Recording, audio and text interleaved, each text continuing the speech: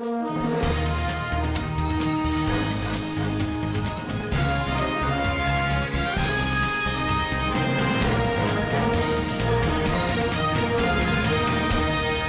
News, informé dans l'éthique. Je suis Papa Ibrahima Diagne, membre de l'ONG ADA, Action pour les droits humains et l'amitié.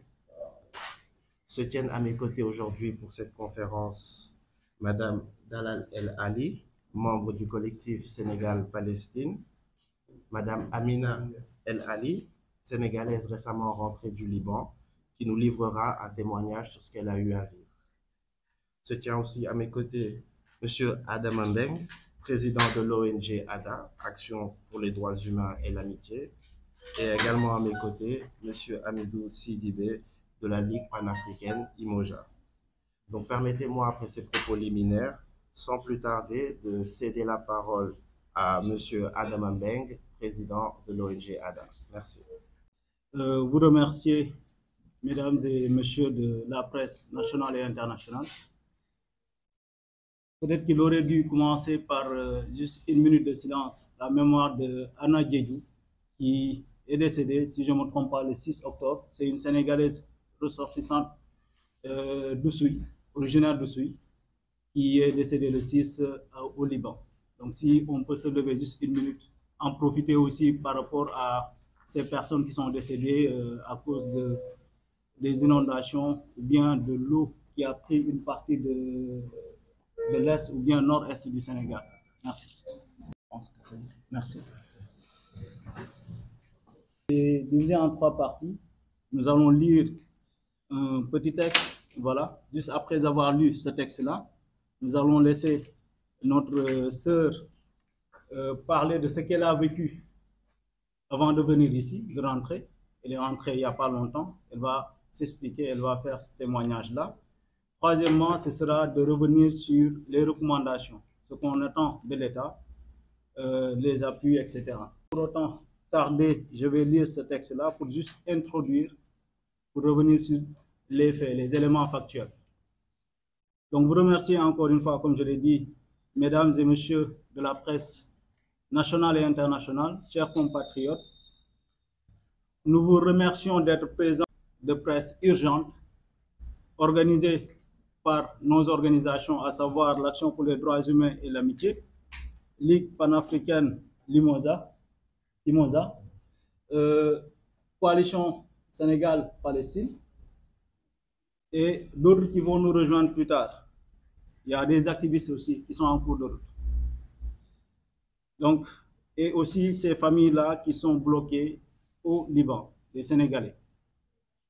Nous sommes réunis ici aujourd'hui pour alerter l'opinion publique nationale et internationale sur la situation extrêmement préoccupante que vivent nos compatriotes bloqués au Liban, où les bombardements israéliens se sont intensifiés.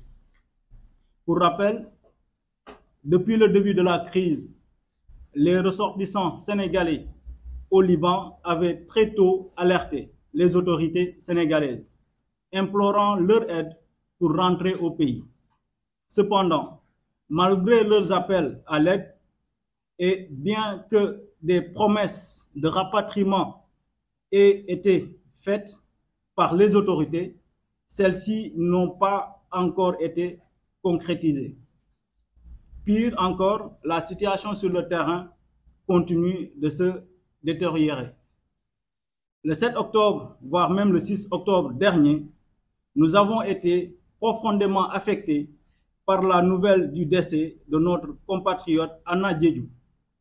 Une tragédie qui aurait pu être évitée si des mesures rapides avaient été prises. Suite à cet incident, le ministre porte-parole du gouvernement avait annoncé publiquement l'intention de rapatrier nos compatriotes dans les plus brefs délais. Malheureusement, à ce jour, les dates avancées par le rapatriement n'ont jamais été respectées et plus de 700 Sénégalais demeurant dans l'attente, exposés à des risques mortels.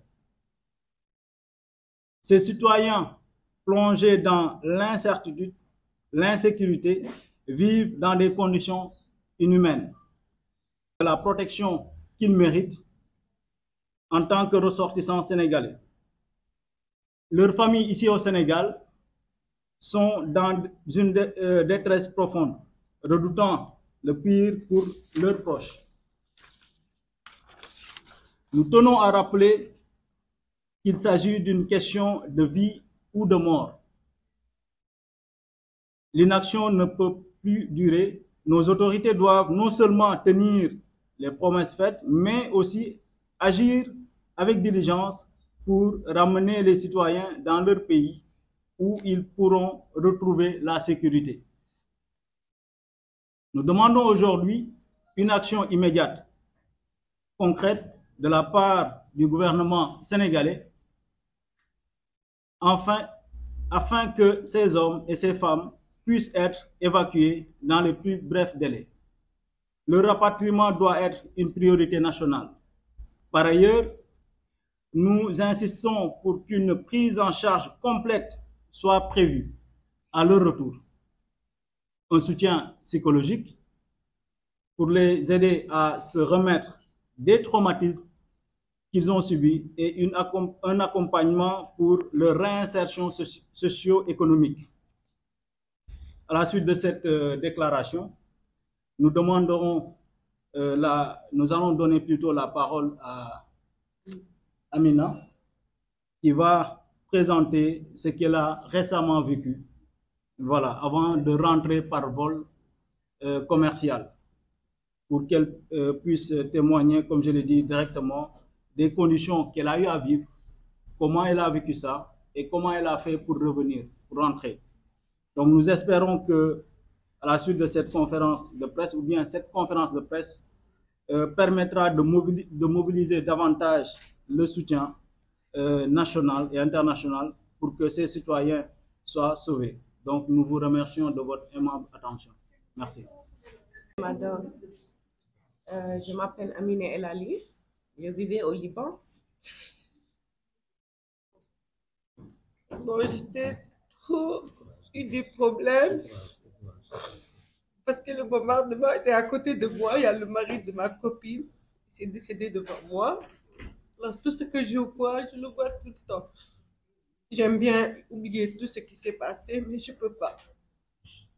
Et il y avait des gens qui m'ont aidé. Je suis restée de 3h l'après-midi jusqu'à le lendemain dans la rue. Il y avait des gens qui m'ont donné un coup de main pour rentrer à Beyrouth, pour partir à Beyrouth. Bon, je suis arrivée à Beyrouth. Il n'y avait pas d'appartement, ni quelqu'un, ni partir. J'avais personne qui était à côté de moi. Je suis restée dans la corniche. Je suis restée 3 jours. Je n'avais ni à manger, ni rien du tout à la main. J'avais que mes papiers. Je rappelle que les Sénégalais, c'est une Sénégalaise. Mais avec les bombes, il commençait à vomir du sang. Je souffrais bien. Mais alhamdulillah, Dieu m'a envoyé quelqu'un qui m'a donné un coup de main pour venir au Sénégal. Il s'appelle Ibrahim Allouche. Quand il m'a vu dans la rue en train de pleurer, en train de vomir, il m'a dit qu'est-ce que tu as? Je lui ai dit j'ai des problèmes. Il m'a dit quel genre de problème? Je lui ai dit je veux rentrer en Afrique chez ma famille. Il m'a dit si tu veux je peux te couper un billet d'avion, tu pars. Je lui ai dit il n'y a pas de problème. Moi j'ai cru qu'il était en train de se blaguer avec moi. Mais en vérité que Dieu l'a envoyé chez moi. Il est parti à Turquie et moi je suis rentrée au Sénégal. Mais la souffrance me touche tout le temps. Et j'aime bien que vous donnez un coup de main à mes soeurs et à mes frères qui sont au Liban pour venir. Parce qu'il y a beaucoup de souffrance en ce moment là-bas. Beaucoup. Merci. Amina, est-ce que tu peux juste nous dire pourquoi est-ce que c'est important, pourquoi tu penses que c'est important que le Sénégal ramène les Sénégalais? Parce que le problème n'est pas encore fini. Et de plus en plus. Alors si on peut faire quelque chose maintenant, c'est mieux qu'on arrête. On n'a qu'à faire tout ça maintenant. Parce qu'après, on va regretter qu'on n'a rien fait. Où tu étais? Où elle était? Où tu étais? Dans quel village tu étais? Moi, j'étais à Nabatiye. Et il y avait beaucoup de Sénégalais. Mais il y en a des Sénégalais, il y a mes frères qui sont en train d'étudier là-bas, à Beyrouth, à Nabatie. Mais il y avait une vol qui est venue les prendre. Ce sont des Iraniens. Ils sont en train d'apprendre l'arabe là-bas. Mais moi, quand j'ai sorti de Nabatie, je suis rentrée à Beyrouth. Il y a des attaques. Oui, ils attaquent. Parce qu'ils sont en train de jeter des bombardements qui brûlent les gens. Et des bombardements qui laissent souffrir les gens aussi. Tu peux même pas respirer, tu peux pas voir, tu peux rien faire. Moi, c'est ça qui m'a pris. Depuis combien de temps vous êtes là-bas? Moi, ça fait longtemps que je suis au Liban. 27 ans. 27 ans. Bon, faut rappeler une chose, même si après on va aller sur des questions-réponses, il faut savoir qu'il y a près de 700, plus de 700 Sénégalais qui sont là-bas. 700 ou 900? Non, on a dit 700, 900. voire 900. Donc j'ai dit plus de 700. C'est 900, Voilà. mais en fait, il y a beaucoup de Sénégalais qui ont eu en fait des contributions et qui sont allés ailleurs. Maintenant, est-ce que ça va être 900 toujours?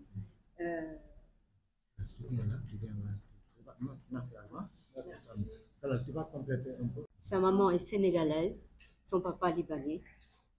C'est une métisse. Elle s'est retrouvée face à la situation du Liban, face à elle-même. Elle n'avait personne parce que nous sommes tous au Sénégal. Moi, je suis née au Sénégal, je ne connais pas le Liban. Mais elle est partie, elle a suivi mes parents, elle s'est mariée là-bas et elle a divorcé. Son mari est parti vivre ailleurs. Elle s'est retrouvée toute seule là-bas avec ses compatriotes sénégalais et libanais. Elle était à Nabatie quand ça s'est passé. Elle a eu beaucoup de difficultés parce qu'elle a rencontré, elle a vu ses amis mourir devant elle. Et sa chance à elle, c'est qu'en fait, elle a marché. Et en marchant pour aller vers Beyrouth, elle a rencontré un bus qui ramassait tout ce qui marchait. Elle est montée. Il ne faut pas 30 minutes entre Nabatie et Beyrouth, mais ils ont passé toute la nuit, de 3 heures jusqu'à 9 heures du matin pour arriver. Ils n'avaient pas de quoi manger, ils n'avaient pas de quoi boire, ils n'avaient avec eux que la peur. Et aujourd'hui, à travers son témoignage, je pense que chaque jour perdu nous rapproche des événements plus graves. Nos compatriotes sénégalais sont nombreux et surtout nos compatriotes sénégalais, ils sont vers le sud. La majorité sont du sud. Pourquoi? Parce qu'en fait, ils sont pris d'ici et ils accompagnent, ils partent au Liban et c'est là où on les amène le plus. C'est les gens du sud qui les prennent le plus. Et là, les gens du sud, ils sont en difficulté, ils ont fui, ils sont allés sans bagage, sans argent, sans rien. Parce qu'on leur a dit, vous n'avez que 30 minutes. Eh bien, on n'a que le temps de prendre nos enfants et ils dorment dans la corniche. Il y a des tentes, ils sont vraiment très mal lotis. Et s'ils sont très mal lotis, ça veut dire que nos compatriotes sont en souffrance. Compatriotes ont le droit de revenir au pays, ont le droit d'être pris en charge parce qu'ils sont atteints psychologiquement et respirer toutes ces bombes affectent la santé. Revenir, dans quel état ils vont revenir? Eh bien, c'est notre devoir de faire appel et de demander à notre président de veiller à ce que les compatriotes sénégalais viennent au plus vite, qu'ils viennent tous. Je vous remercie. Merci. Parce qu'en fait, quand ils jettent les bombes, bien, ils ne regardent pas ça, c'est un enfant, ils ne regardent pas ça, c'est une femme, ils ne regardent pas ça, c'est un Sénégalais noir, ils ne regardent pas ça, c'est un ceci ou cela. Ils jettent la bombe, ça n'a qu'à atteindre. Il y a 2 poids, 2 mesures. Israël peut tout faire, mais on n'a pas le droit de répondre. Il y a une injustice qui sévit, et je ne veux pas parler de cette guerre, mais vous m'amenez à en parler. C'est important, mais parce que c'est un droit pour tout Sénégalais de revenir au pays. Pourquoi alors il y a une ambassade là-bas? À quoi nous sert cette ambassade s'il ne peut pas nous ramener nos compatriotes? C'est important. Merci, merci. Oui.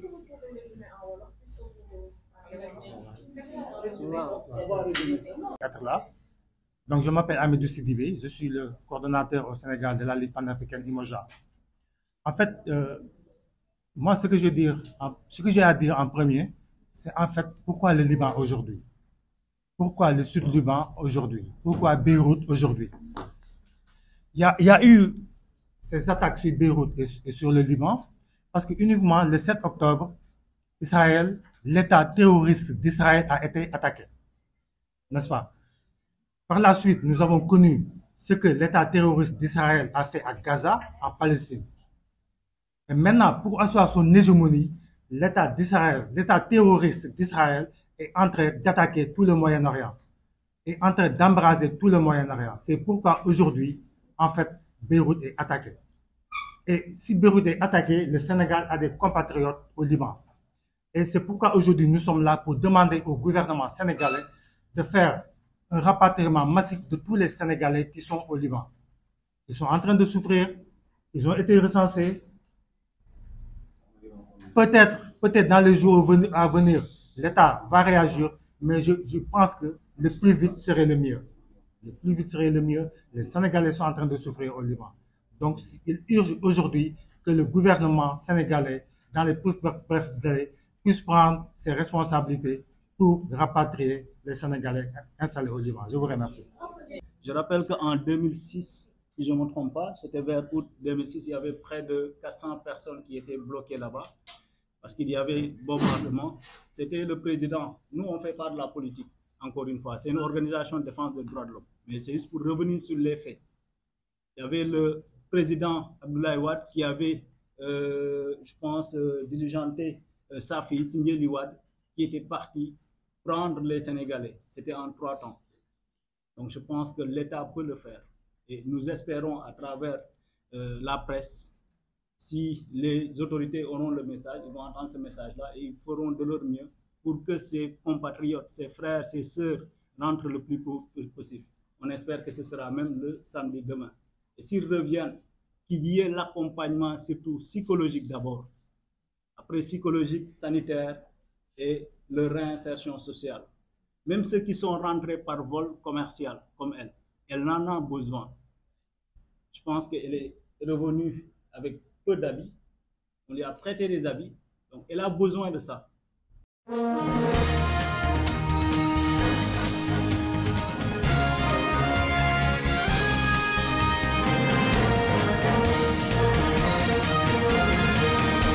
CND News, informé dans l'éthique.